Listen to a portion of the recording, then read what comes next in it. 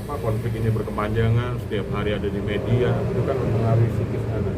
Dan kami juga berniat juga nanti akan mengirimkan bantuan tenaga psikolog untuk misalnya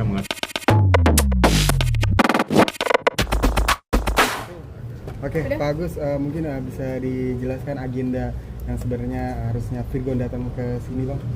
Oke, baik ya. Terima kasih rekan-rekan media udah menunggu lama ya. Berdasarkan informasi yang sebelumnya kami terima kan, Bapak V ya berencana untuk memenuhi surat panggilan kita tentang hari ini. Kami meminta untuk klarifikasi atas pelaporan yang dilakukan oleh Ibu IR yang sebelumnya.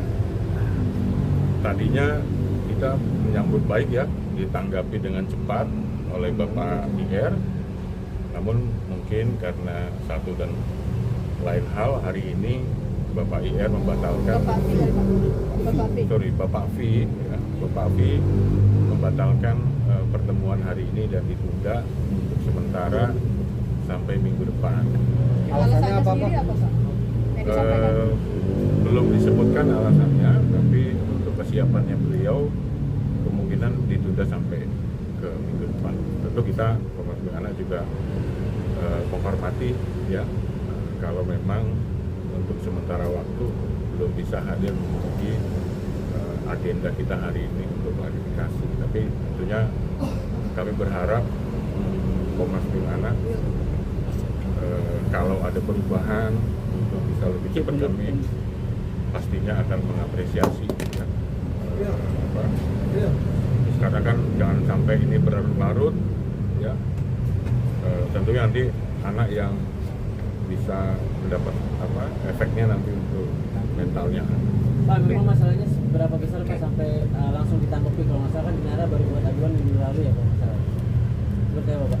Ya, setiap laporan di kita sebetulnya ketika ada masyarakat yang mengadu ke kita ya besoknya kita langsung membuat surat panggilan untuk klarifikasi, tergantung kesiapan dari terlapor untuk memenuhi panggilan kita.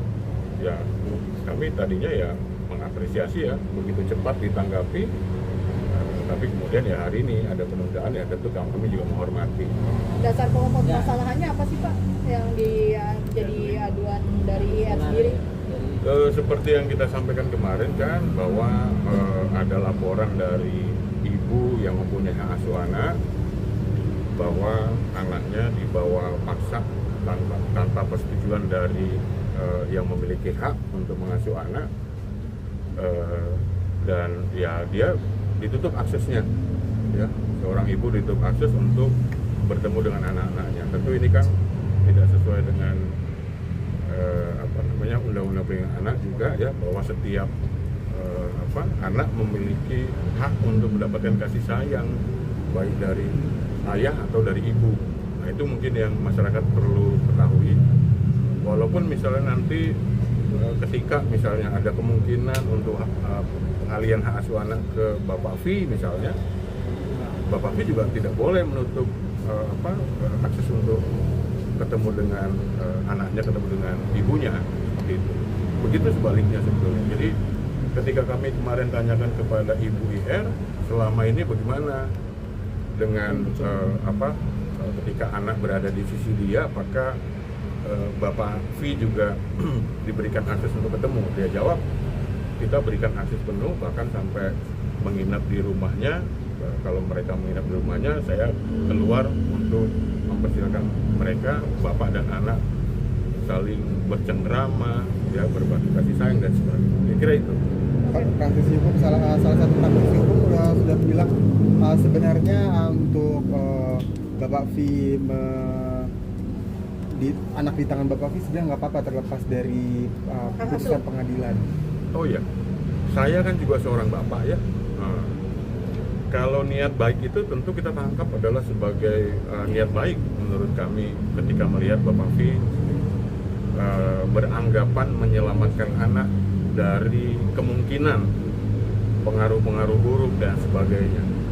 Saya juga mungkin akan melakukan hal yang sama, tapi niat baik ini kan bisa juga belum tentu ya akan bisa jadi mengakibatkan ada konsekuensi hukum di situ ya. Contoh misalnya menutup akses komunikasi itu kan tidak boleh seperti itu.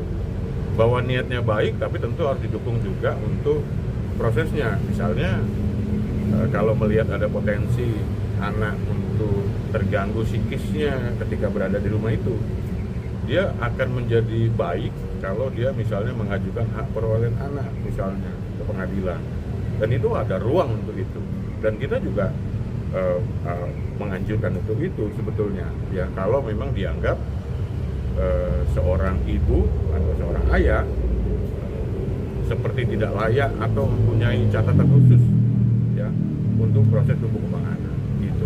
Konteks ditutup-tutupinya sama Virgo itu seperti apa sih Pak? Maksudnya apakah anak-anak ini memang punya HP terus nggak boleh komunikasi, harus ngeblok Inara atau seperti apa? Iya, Pak? jadi kesulitan untuk berkomunikasi, misalnya untuk menggunakan handphonenya kan tidak, anak-anak itu kan memang baik ya dibatasi penggunaan handphone. Menurut informasi yang kami terima 1 atau 2 jam sehari, kami juga mendukung itu ya. Anak-anak hari ini memang dibatasi waktu bermain dengan gadgetnya, tapi itu akhirnya jadi menutup komunikasi.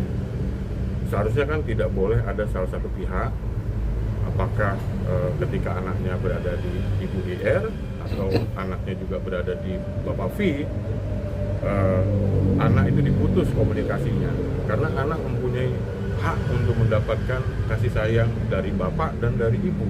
Itu yang perlu dicamkan, saya pikir itu. Oke, lagi-lagi ini berarti perselisihan antara orang tua yang sudah berpisah nih, anak menjadi korbannya gitu ya Pak. Ini harapannya seperti apa sih Pak? Betul, ya ini kan banyak kasus ya yang Komnas Perlindungan Anak tangani. Mungkin sebelumnya juga ada artis yang seperti itu, yang mempunyai hak asuh tapi ternyata dibawa oleh bapak kandungnya.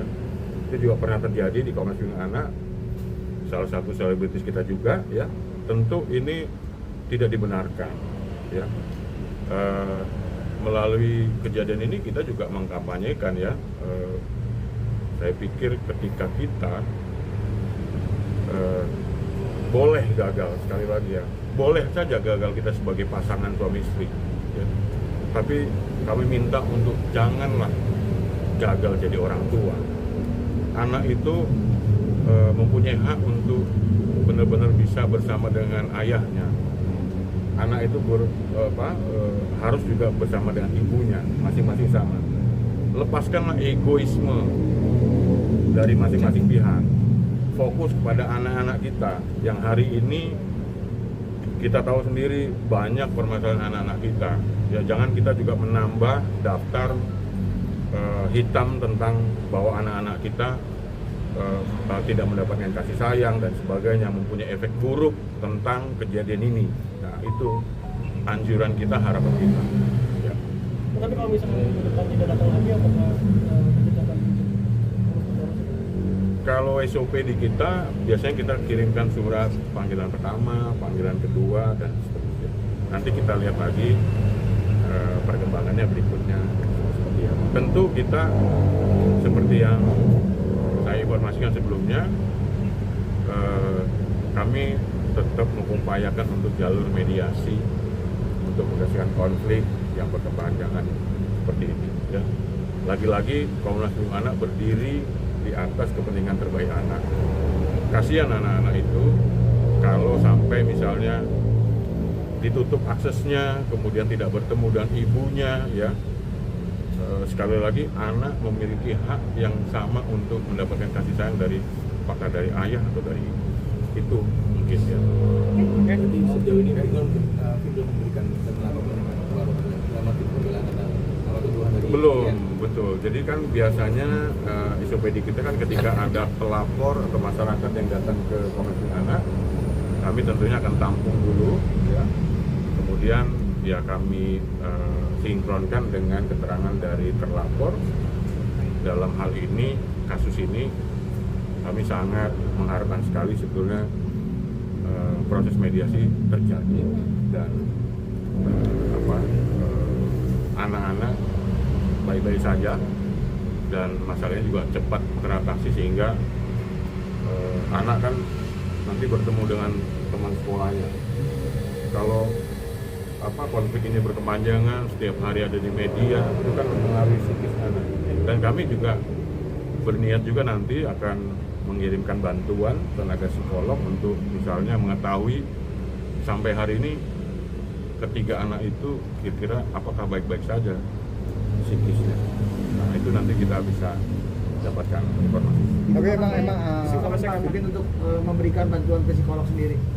Secepatnya sebetulnya ketika tadi ada rencana sini kami mau mengutarakan itu langsung ke Bapak V untuk kita bisa sama-sama. Ya, itu bentuk kemudian Komnas Perlindungan Anak. Pak, memang Virgon belum datang ya ke Komnas Anak. Tapi mungkin ada komunikasi singkat dengan Bapak terkait alasan kenapa Virgon menutupi Pak langsung dari Virgon sendiri? Belum, untuk sementara belum. Mungkin nanti waktu pertemuan kita bisa dapatkan keterangan. Makasih banyak. Oke ya, Pak Vino. baik ya, terima kasih ya.